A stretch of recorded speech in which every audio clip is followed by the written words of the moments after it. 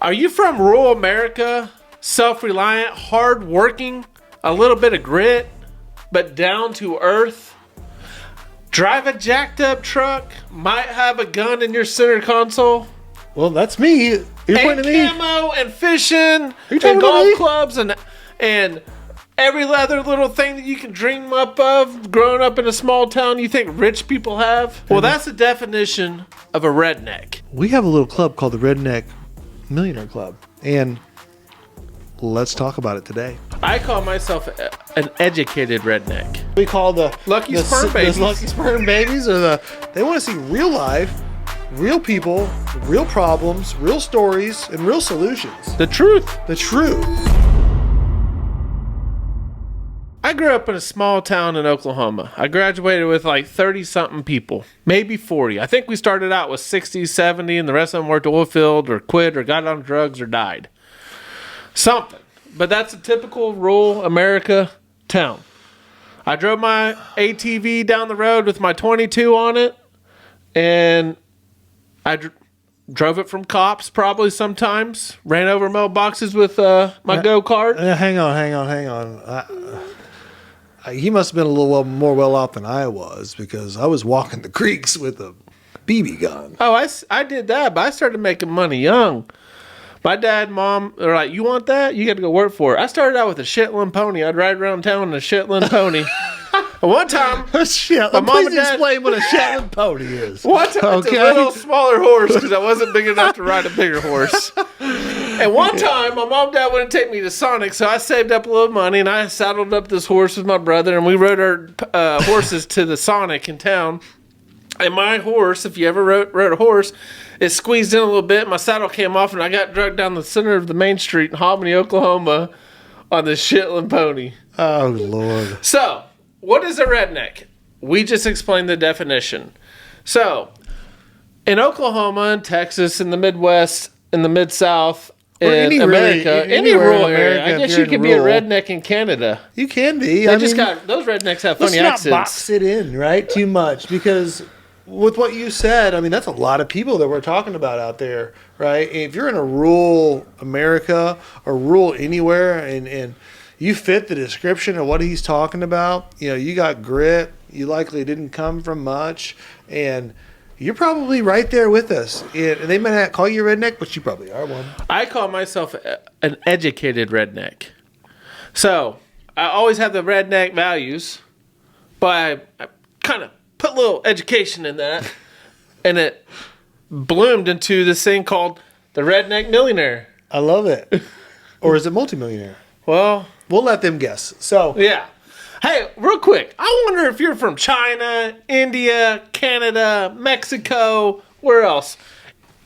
Europe? Colombia? What do you call your rednecks over there?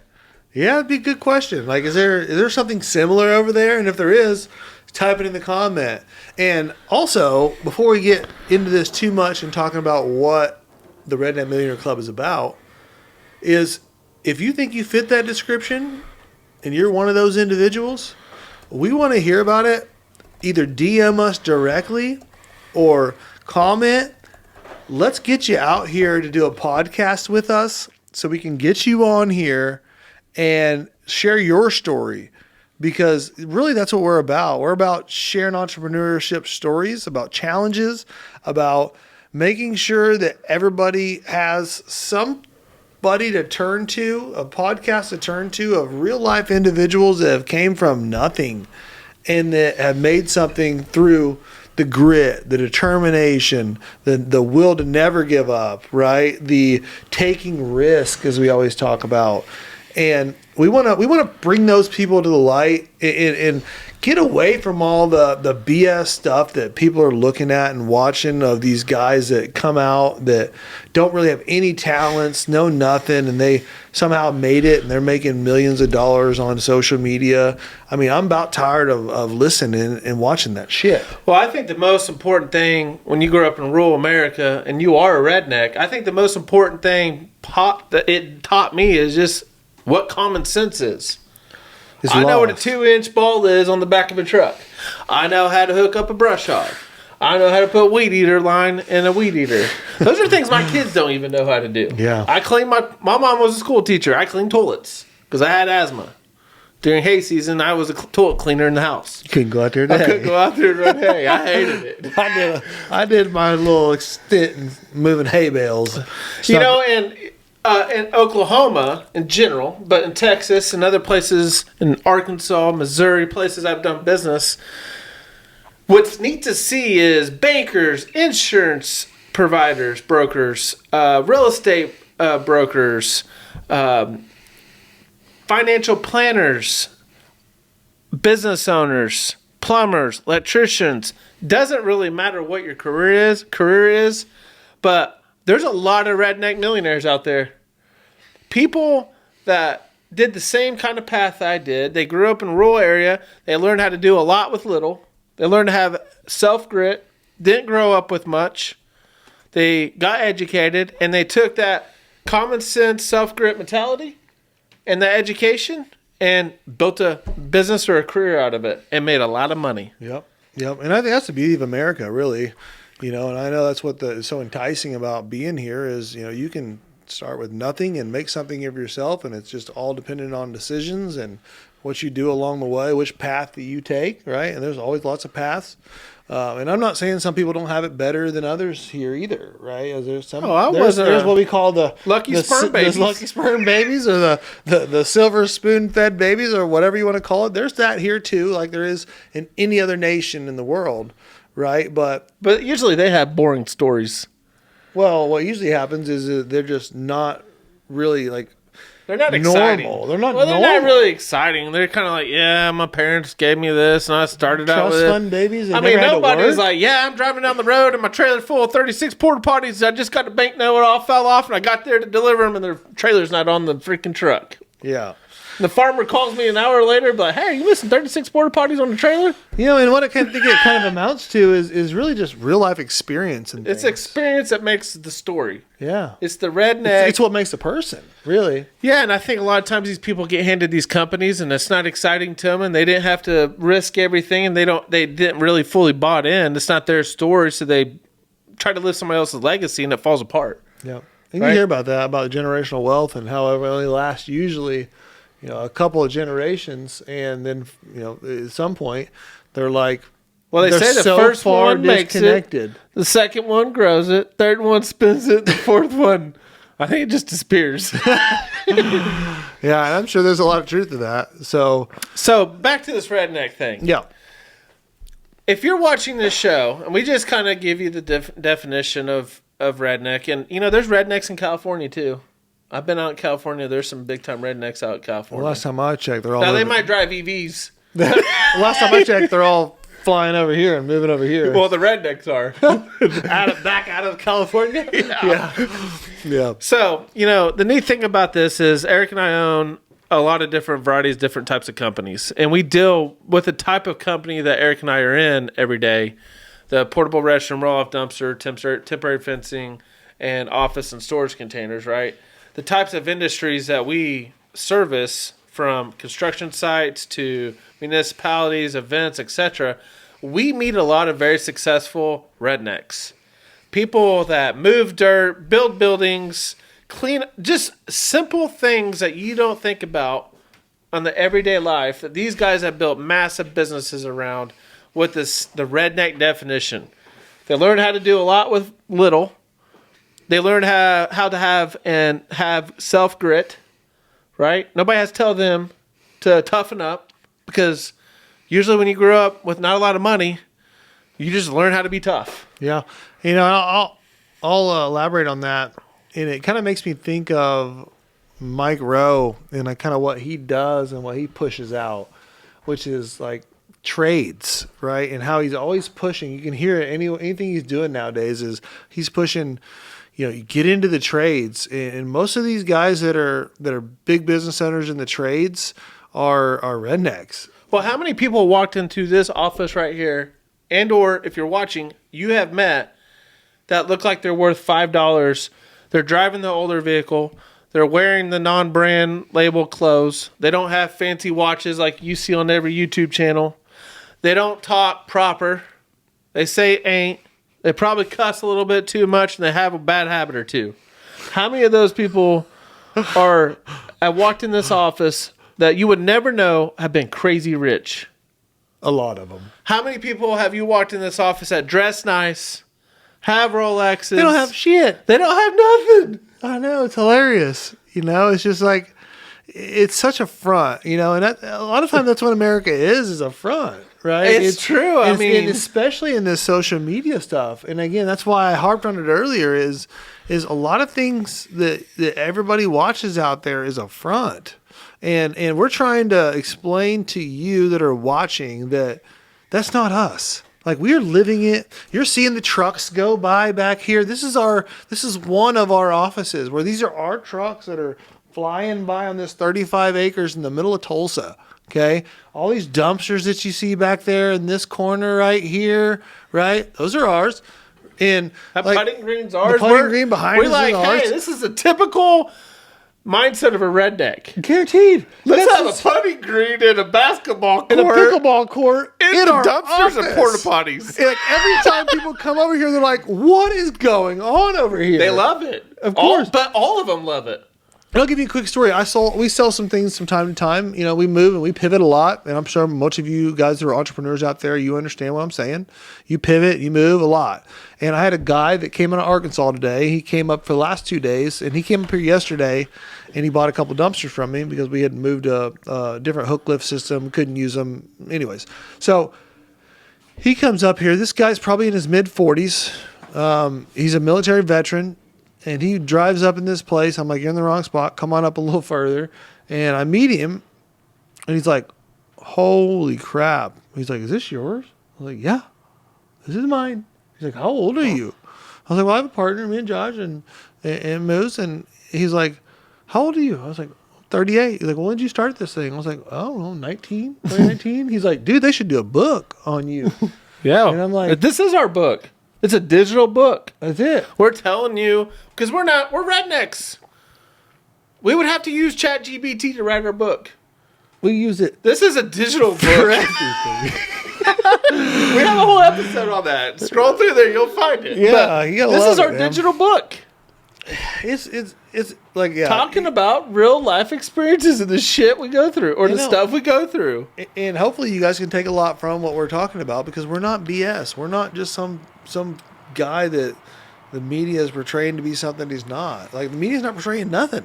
We are what we are, and we're showing you what we have and what we've learned so that you don't make the same mistakes that we make, so that you can be more successful than we are. Yeah, and don't feel like, because you're going to get around all these people in life if you start doing business for yourself or you start working your way up in a company. Don't feel like you have to be them.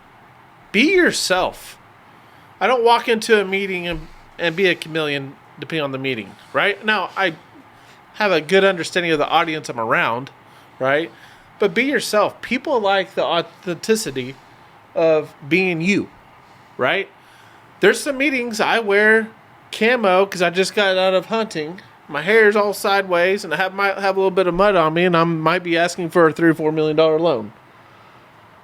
But when I told them where I was at, they believed me. There's no denying it. Yeah. You know what I mean? Like, I might lack a little bit of a refinement, but people like that. I think that's interesting you say that, because I think that, in my opinion, is what social media is lacking. Is that the refinement of people, is that you're showing who you really are, right? Because and I'm no expert, so let's not say I am, but like, everything that you see is filters, and it's people that are putting on a show, right? They're putting on a big video of something they put together for this show or for this clip, right? It is, everything is almost a circus, right? Well, that's why people are depressed. Social media is almost a circus. And, I think the world is tired of seeing that shit. And they want to see real life, real people, real problems, real stories, and real solutions. The truth. The truth. And the truth is, it ain't easy. Yeah, we say it all the time. It ain't easy. This is hard. You got to wake up early. You have to stay late. you sometimes want to cry. It's painful. So let's circle the wagon again. Let's get back. I got to tell you a funny story. All right, go ahead. I got to tell you a funny story. You don't even know this one yet. Oh, I know a lot of them. But go ahead. Speaking of redneck, you just can't take the redneck out of me. I agree with that. Okay. Sure you. I drive a Ford Raptor. It has 39-inch tires, and it's orange. And I have a dog box in it, and I got at least 5 or 6 guns wherever I go. Right? So I got invited yesterday to play a back nine with at a country club. I live on the golf course. Believe it or not, I live on a really nice golf course here in Tulsa. You tell by the hat. Yeah, this is my hat, right? The Patriot Golf Course right here. So I show up yesterday in a UTV. Everybody showed up. You show up to these nice. I live in the neighborhood with the golf courses. I show up in my UTV. There's mud all over. I got dog hair everywhere in this thing. I got my dog whistles, my shot collars. And I pull up to the deal. The guy's like, "Are you golfing?" I wasn't changed yet because my clothes were in my UTV because I was in a hurry. So what was I wearing yesterday? Like gym shorts and a t-shirt or something. That sounds about right. Yeah. And I get my golf clubs out, and everybody's kind of looking at me. And I pull up to a country club in a Can-Am UTV, jacked up, mud all over the place, and that's the definition of a redneck. You just cannot. I have deer stands in my backyard. I literally hunt I take that back. I practice shooting arrows, and sometimes there's live deer that walk by, and I sling one out there every once in a while. But we hunt in the neighborhood. Yes. Well, I bought the lot behind me, so I can hunt that. That's technically my land. Yeah, of course you can. Okay. So the point is as you have all these skills and you have all these redneck attributes, right? The hard work, self-reliant, grit, be you mentality, you're going to potentially, if you choose to move up to places like I did. My wife wants to live in a nice neighborhood. I want to live in a nice neighborhood. But Eric's moving into the neighborhood. Don't let him act like he's all poor over here. Eric's moving into the neighborhood. Point is, now they got multiple rednecks. They got at least two rednecks in the neighborhood. Yeah. Right? We're gonna be who we are. When we show up to meetings, we cuss in our meetings, not on purpose, because sometimes it just comes out. This is who we are. Yeah, we wear camo. We don't have fancy watches right now, right? We make mistakes. I like you said right now.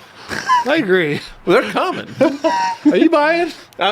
You know what? I'll tell you another funny story. Diversion. I was fishing with a guy named Dusty, and I won't say his last name. And we were in Costa Rica, my brother's 7th. He had like 9 birthday parties for his 40th birthday party. 9. I swear. It was like every month he was like, "It's my 40th birthday." I was like, "You've been celebrating your 40th birthday for a whole year almost." So we're in Costa Rica, and Dusty's out there digging for these dills in this mud. Sand fleas?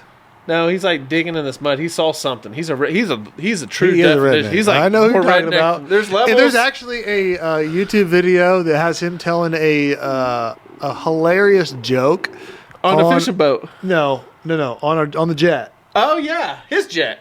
Yeah. That's a redneck with the jet. That's a redneck with a jet.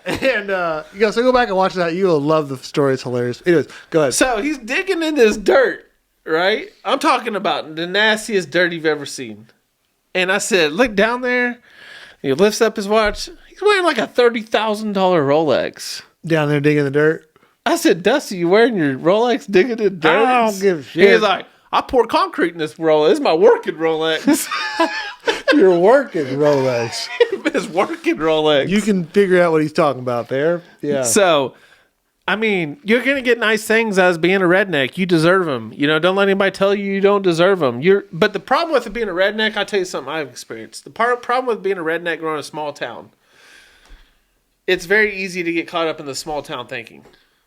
It is. I agree. You know what I mean? And Where I grew up, if you saw somebody with a new truck, they were rich. Yeah, I agree with what you're saying, and I know what you're getting at, and I agree. And I think that there's really a stigma to it to some degree. It's like, and I think it's kind of funny to me is that, think about the times that we flew to, or where we flew. We flew somewhere in California here recently, San Francisco, wasn't it? Oh, yeah. And we go, and anywhere we go, they let us know that we are hillbillies or Oh, yeah. rednecks, right? They laughed at it. And they laugh at you. And I'm like, and I just kind of go along with love it. I do too. It's like, I don't really, I'm not looking to showboat. And I'm not looking to tell you I have a dime. I don't really care, right? If you want to take the time to get to know me, you're going to figure out really quick, right? That I'm not just some Joe Schmo on the street, worth not a dollar. But you may think because of the stigma of how I talk that I am. And I think that needs to be talked about too, right? Because, just because you talk like a redneck or you talk like you're from the south side doesn't mean you're stupid. Or right? you're not your typical I think so many times around the world you have this in your mind what a successful person looks like. Right? They live in the nice house. They dress to the T. They talk. They're very, very fine. They're very polite. That's not what our typical millionaire, successful business owner is. That's actually the exact opposite of the business owners I have met. Usually they're very direct. They know their value of their time. They'd rather be out doing something else besides a business deal, or they love their business like we do and we want to do it, but we want to do it in a fast pace. They don't beat around the bush. They're not afraid to go load up a toilet or go jump on a desert or go jump on a concrete crew. They want to know what's going on in their company. And they're not going to sit in the office and just watch something continue to happen the wrong way. They're going to jump all up in it. Think about this. I just looked up, and you never think about this. Around here, who's the legendary redneck that grew up very country? He grew up at the country store. If you're watching this, if you know the answer, put it down there. Ooh, you grew up at a country store? He started one singular store. Walmart. Sam Walton. Mm-hmm. Redneck, had an idea, started selling everything in one story, and made it huge. Pretty huge. Jeff Foxworthy. He's pretty big. Larry the Cable Guy. Start thinking about these name brands that just embraced who they were. Yeah. I guarantee Sam Walton was in there and be like, you know what? I'm tired of going to 5 different stores to get light bulbs, bananas, and deodorant. Yeah. He probably didn't wear deodorant back then. Another buddy that I think, and I see it's more mainstream now, and you only kind of see him because of the Tate brothers or whatever, but who I feel it seems somewhat authentic is that Justin Waller guy. Yeah. You know what I mean? Well, I think those guys are the ones coming up. He's a steel builder. Owns a company that built steel. I'm sure he's probably hung a lot of steel in his life, right? Those kind of guys, like you don't overlook those kind of guys. Like those guys are making real money. Dude. Phil Robinson, Duck Commander. They have a whole TV show that if you were a redneck, don't know shit about duck hunting, you watch that show. Yeah. Because you like their values. Yeah. Family values. And that's another thing about a lot of rednecks. They will work their butt into the dirt for their family. Yeah. Because when you grow up with not a lot of money and you don't have a lot of toys and you don't go on fancy vacations, you hang out with your family. You learn to prioritize your family. Your family is your friends. Your family are your entertainment. Your family is your source of skills around you because you can't afford to go buy them. You can't afford to go hire a plumber. So your dad learned something from somebody or has a friend that does something to come over on the weekend because he needs your skill set sometime. Yeah. You know what I'm talking about. Oh, yeah. So it's back to the deal. As a redneck, the definition of the redneck, you're going to learn how to do a lot with little. Yep. Right? Which applies directly with the business mindset. If you can learn how to do a lot with little, just like we did over here. We started this business with a very small budget to see if it would work. We did, and then we continued to grow it. Now, we took our education, our experiences, and put people around us that gave us some good guidance, and we did a lot with little. We built a sizable company without a lot. 100%, You were cleaning toilets at the very beginning. Yeah, I mean, I've been very vocal about it, right? Is that I had to come over from a $100,000 a year plus job, and just so for everybody who's watching, it's like I have an education. Josh has an education. We actually have the same education, believe it or not. And Eric uses it a lot more than I do. Contrary to belief, and contrary to what you may think a redneck is some of us are educated, right? And you need to realize that, number one. Number two is that where I was going with this is I went from that to servicing porta-johns for about half of that amount. Well, you got to be humble. Get this thing going and be humble and swallow my pride and see a vision and take a chance and have grit, have determination, thinking about my family and what's best for us and what I can do with my time. All of that comes into play. And yes, I'm a redneck. So, well, you know, most of the time that when I meet somebody that's super successful, and most successful people are self-made. That's a Most of fact. them, yeah. Most successful people are self-made. They are humble enough to do any job within their own company. I always say it around here, I'm never going to ask you a job. When I hire people, I say, I'm never going to ask you to do something in this company I'm not willing to do myself, because I've done it all. From chipping crap out of a toilet and picking it up with my bare hands and over there thinking, what the hell am I doing? You know, because I could be sitting in an office typing on a keypad somewhere, sending out emails, acting like I'm desperate doing something. times call for desperate measures, you know? This goes back to another point. I want to say something about Redneck. Some of my best business transactions, I say most of my business transactions that have went well, they're easy to work with, they're humble, they have grace, they're rednecks. They're rural town people that understand that things do not go right every time. Understand they take chances on us. You're as good as your word. Yeah, and they're from bankers to insurance brokers to people we buy trucks from, complex IT people that just dork rednecks. You know what I mean? Nowadays, these tractors are running off computer systems. You know what I mean? Some of our best transactions we've ever done and performed have been with fellow rednecks. And some of them are educated and some of them aren't, right? But they have that same redneck mentality. Think about the guy who we sold our fuel company to. Oh, yeah, that guy jumps off. We sold this fuel. We sold our company inside of his jet, pretty much. We made the deal inside of his jet. No, he had to get off the jet because he wanted to smoke a cigarette. Oh, yeah. His wife told him he couldn't smoke on his jet. Yeah, we had to get off real quick. He's like, hey, I know it's 100 degrees outside, but do you mind if I get off the jet? We talk about it when we get off there. He's like, I got to smoke a cigarette. That's real life. I mean, this guy, here he is. He grew up in a small town in Texas with nothing. 5'2". Doesn't say. I don't even think he knows even know how. I mean, he was educated. I don't even think he's educated. I don't know that he is. But hardworking. He shook my hand. We made a deal on that runway off his jet, drinking over water. And he's like, my word is as good as gold. I said, well, perfect. Makes two of us. And we shook a deal, and that transaction happened within 45 days of us. And it was a multi-million-dollar deal. Yeah. He's like, our attorneys will get in touch with your attorneys, and we'll have everything happened exactly as he said it was. On our side, everything happened like he said it was going to do. Yep. It was literally a handshake, and it happened in 45 days. Really that. Yep. Flies in his jet. Two rednecks make a deal with a handshake. Yep. Boom, 45 days, multi-millions, contracted, done. Yep. Check handed over. Even Gene, our CFO, was like, huh? You can't get that done. Yeah, we needed to sell it. We didn't really want to. We figured out we probably don't need to be in the fuel business, right? Yep. So we decided to sell it. I made a phone call to a few good friends of mine that were in the fuel business, and he gave me two contacts. He goes, if you're going to talk to anybody, talk to these two guys. They're just like you. I called one of them. He's like, what are you doing tomorrow? I said, well, I'm going to be in my office. He's like, I'll be up there tomorrow. Flew up his jet, had the deal done by the end of the day. So to round this out, we're talking about from the very beginning, right? The Redneck Millionaire Club. We're starting a movement. I know some of you guys that are watching are fitting right to that description. I want to hear about it. DM me. Put it in the comments. Come see us. We'll go to you.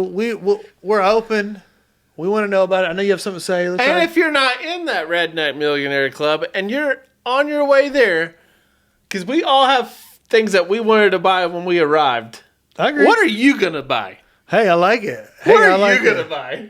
So, appreciate you watching. We got another episode right after this one for next week, okay, that you're not going to want to miss, and that's our story of how we became Redneck Millionaires. I got one last thing to say. Is it multimillionaires? Multi-millionaires.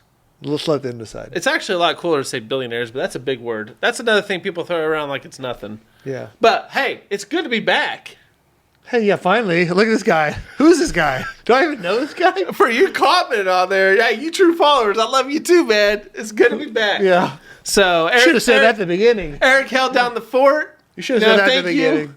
And Eric had some good guests on there. He held down the fort, some podcast by himself. What did I do? I sent out a short script. What I did, I spent some time with my kids. I took them on a week trip each and try to focus on that because that's what we want to do in Rednecks, right? Family. And then I went on a trip with my wife. So over the last few weeks, I got some good family time in during the summer. Eric held down the fort, and appreciate you guys being patient. But we're back on track, boys. Let's go.